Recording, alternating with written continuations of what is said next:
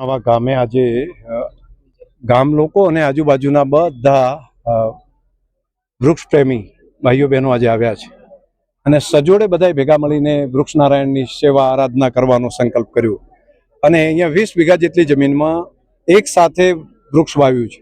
ગોચરની જમીન હતી, અહીંયા ખાડા કર્યા, ખાતર નાખ્યું, તેની અંદર ડેરી દ્વારા વૃક્ષોની વ્યવસ્થા કરી, પીએન માળી અને એમની ટીમે સહયોગ કર્યો, વાયર ફેન્સિંગ, હવે ડ્રીપનું પણ વ્યવસ્થા કરી રહ્યા છીએ અને આવનારા સમયની અંદર આની રક્ષણ થાય એ માટેની પણ એક વ્યવસ્થા, એક ટીમ બનાવી રહી છે. ગામે ગામ આવા વન બને, જે સરકારી ગોચરની જમીન છે જેનો કોઈ ઉપયોગ બાકી થતો નથી, તો ત્યાં વૃક્ષ નારાયણની સ્થાપન કરીએ તો આવા નાના નાના વન બનાવવાનું આ વખતે લગભગ 5 કરતાં વધારે વન થરાદ તાલુકાની અંદર બનાવવાનું નક્કી કર્યું છે.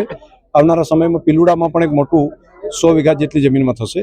અહીંયા પણ 100 વીઘાથી વધારે મોટા વિસ્તારમાં થશે. આજે એક શરૂઆત 20 વીઘાથી થઈ છે, પણ હજુ વધારે જમીન છે અને પીવાના પાણી અહીંયા પાણીની ખેંચ છે, તો એક બોર ટ્યુબવેલ છે, એક ખેત તલાવડી પણ બની છે.